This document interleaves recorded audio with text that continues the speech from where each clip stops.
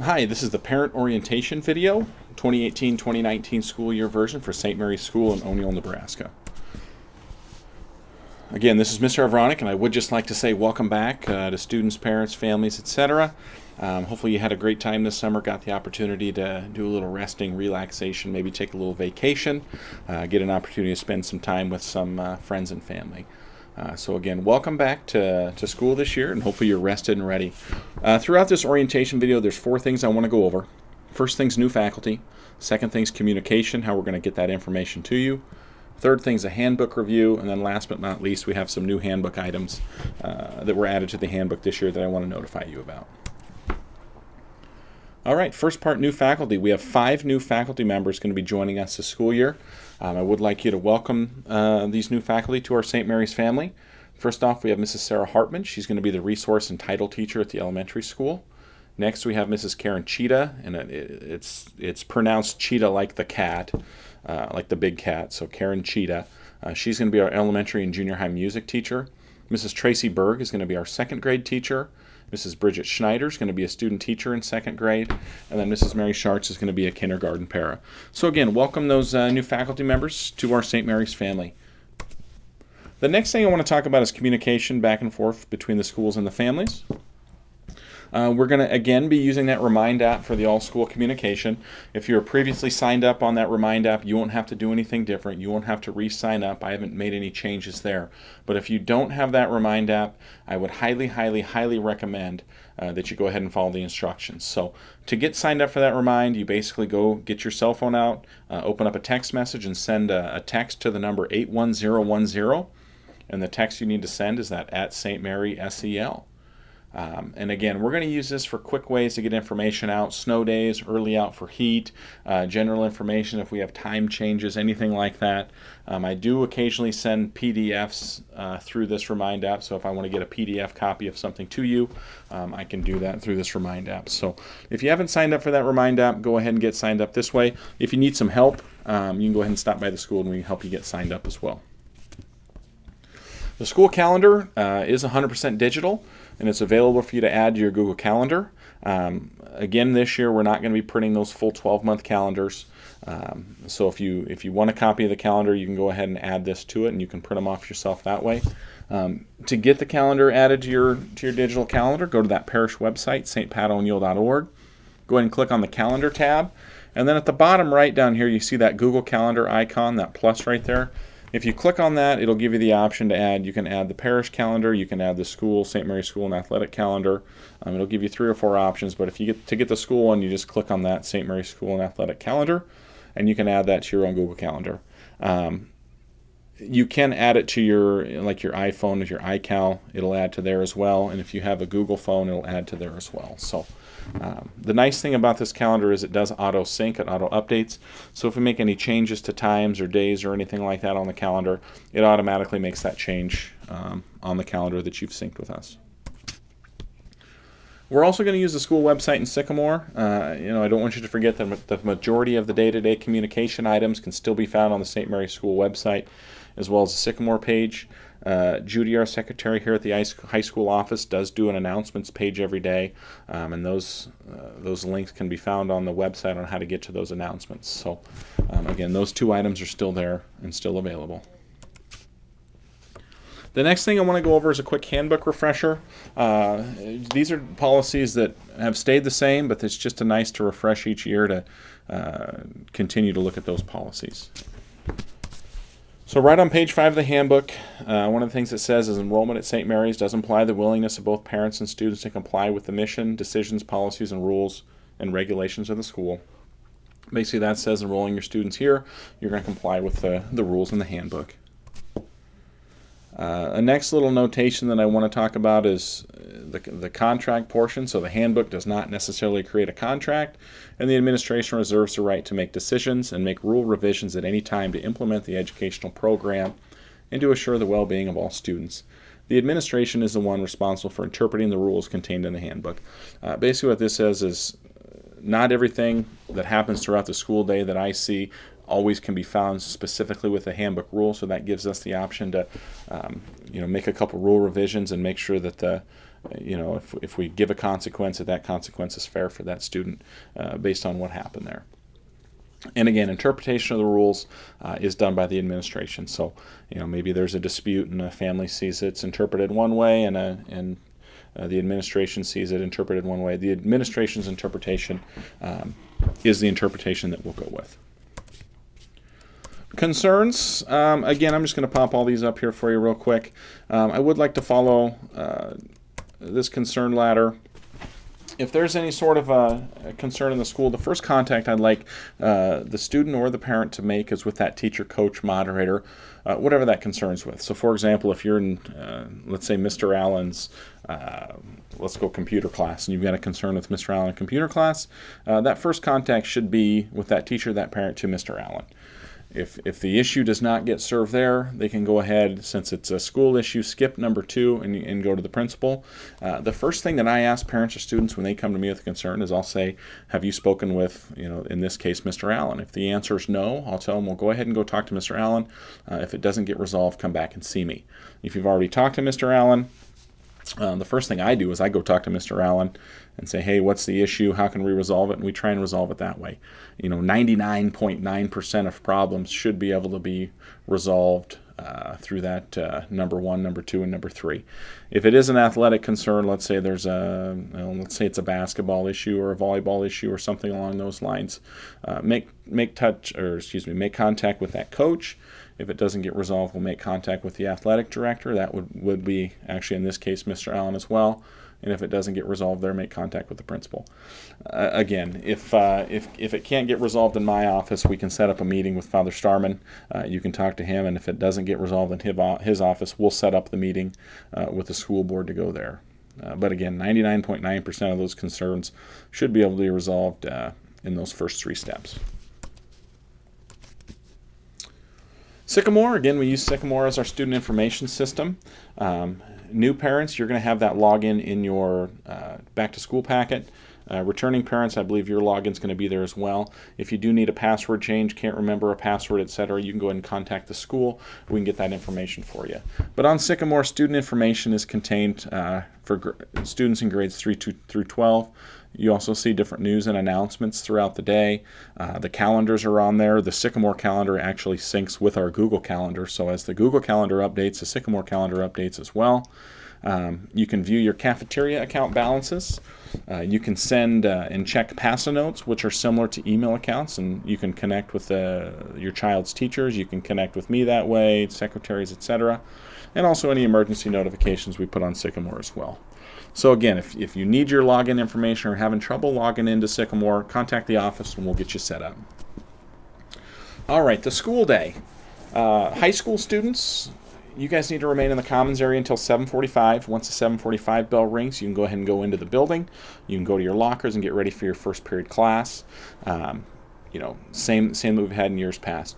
Grade school, I do want to remind you the playground is unsupervised until 7:45. So grade school parents, please don't drop your kids off before 7:45 because your kids will be outside unsupervised. So if there happens to be an issue or an incident, we won't have teachers staffed out there to view that or to observe that. So make sure you're dropping your kids off after 7:45. Again, the bell rings for the school at 7:55, which at that time students can come and they can enter the building and go to their classrooms. Dismissal times, grade school, we're dismissing at 3:20 again this year, and high school at 3:30. Grade school parents, please make arrangements, get your students picked up right at that 3:20 bell. High school parents, same thing. It seems like we have some junior high kids kind of hanging around as well, so try and get your high school kids picked up at 3:30. I do want to note that there is no after-school care, so other than emergencies, please have a plan for the day before you drop your kids off at school. We do have an excessive number of students that have to use the phone in the office every day. Some days we have 10, 11 students lined up to use the phone on just a regular dismissal day. So please make sure you have that plan in place ahead of time and so that they know where to go. I understand things arise, emergencies happen, but let's try and keep that to a minimum. Unexcused absences and absences in general. If you know your student's going to be gone that day, please call the office. So call Brenda over in the grade school or call Judy over here in the high school and let them know that they're going to be gone that day. When the student does return, please bring a written notice for that absence. I do want to note that a parent note does not automatically make that absence excused. In the offices, we'll make that determination if it's an excused absence or an unexcused absence. And again, we'll continue to work with the Holt County Truancy officer.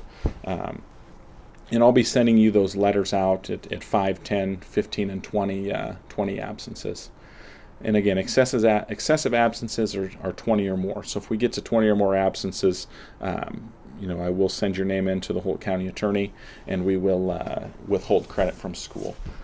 Again, I've been here, this is my 4th year, and I haven't had too many kids come close to that 20 absences. So that's a lot of school to be missed.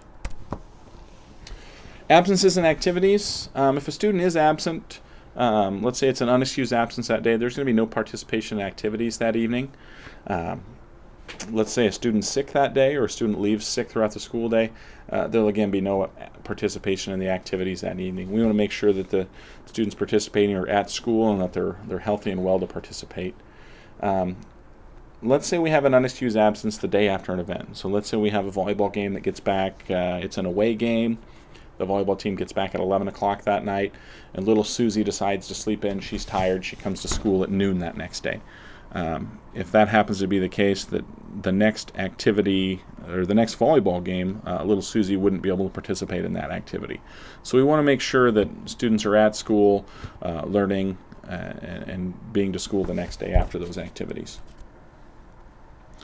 Excessive school closures. We ran into this a couple years ago, but NDE Rule 10 states that the grade school students need to have 1,032 hours of instruction throughout a year, and high school students need to have 1,080 hours of instruction throughout the year. So we ran into a little trouble 2 years ago where we actually had to make up a school day for the elementary students in the 2016-2017 school year. Didn't have that issue last year, but just note if we run into that where it looks like we're going to be short on hours, we will either do a couple things: extend the school day, add a couple days to the calendar, but we'll make that determination when we get there.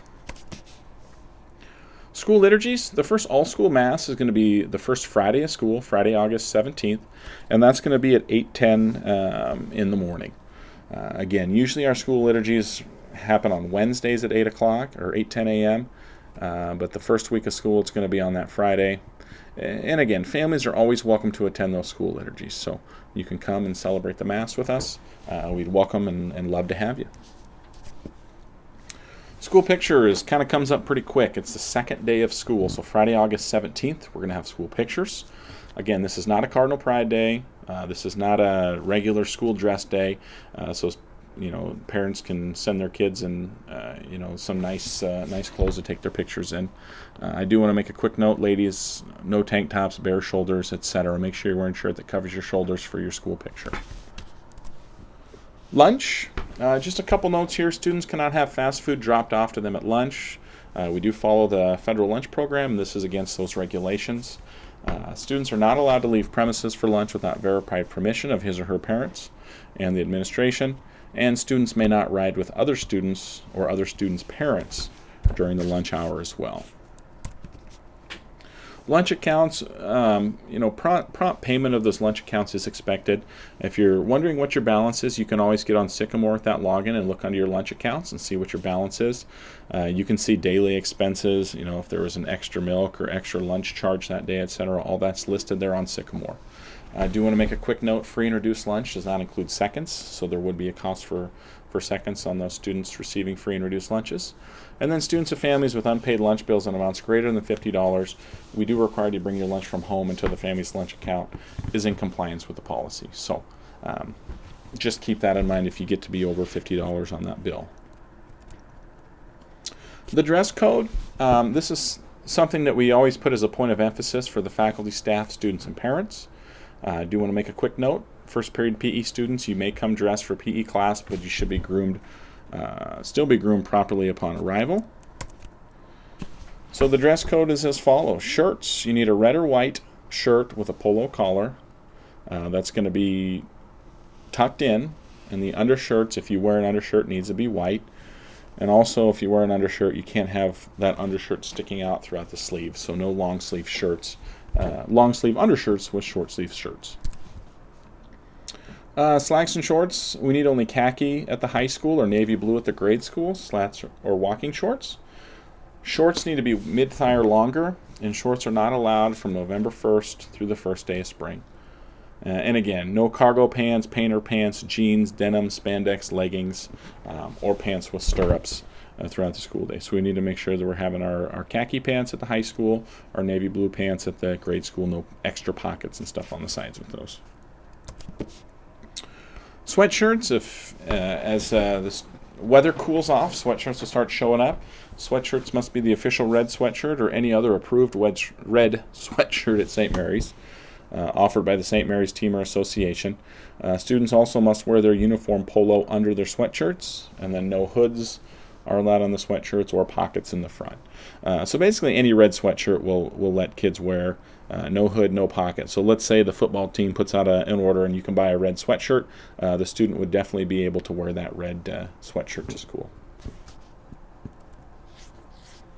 Other outerwear. During cold weather months, students may wear their choice of outerwear to school, but within the school, cafeteria, commons, church, etc., only the following outerwear. So you can only wear your St. Mary's sweatshirt, your school cardigan, or if your student has purchased a leather jacket, you can use that as well.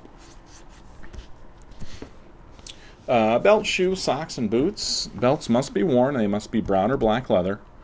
Shoes must be worn as well. So athletic shoes, dress shoes, casual shoes, and sandals with a heel strap are permitted. Make sure socks, students are wearing socks. They must be a solid white, black, navy, or gray. I've had a few instances in years past where students are wearing some pretty colorful, wild socks. So make sure we're getting solid white, black, navy, or gray socks when we wear those. And then boots, if students do wear boots, the pants must be worn over the tops of the boots. So this example right here with the boots on the outside would not be approved. Grooming, make sure your hair is well groomed. Young men need to be clean shaven. Sideburns need to be above their earlobe.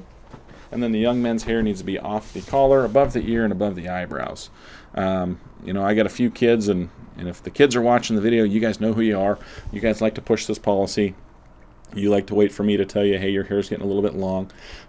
My offer still stands. I've got those buzzers in my office. I can take care of your haircut at any time. So if you need a quick buzz cut, Mr. Everonics here to take care of that. Also, extremes in makeup and hairstyles, color, etc. is not tolerated. So these two grooming haircuts for the males and females would not be following policy here. And then again, bandanas, other scarf-like accessories are not allowed. Body piercings and tattoos. Piercings of the eyebrows, lips, tongue, and nose are prohibited.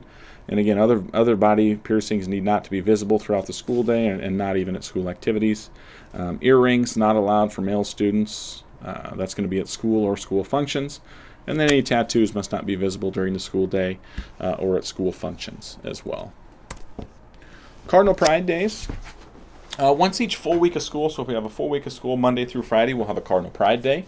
Students can wear jeans or jean shorts along with a St. Mary's shirt that celebrates St. Mary's School or one of its organizations. And again, your Cardinal Pride shirts need to be red, white, black, or gray. Periodically, we do have what's called a house or class shirt day. House day at the high school, class shirt at the grade school, where you can wear jeans and a house shirt or jeans and a class shirt can be worn. And we'll announce those on Sycamore, and students will know those before those days happen. Athletics and activities, again, we do have some championship programs here. We've got a great coaching staff. So I just want to remind you, please let the coaches coach and please let the players play. Eligibility for academics, this did change this year, so all athletic and co-curricular activities, this includes band, dance, one-acts, etc. Students are eligible for those. They need to have a 1.5 minimum GPA and they can't be failing no more than one course.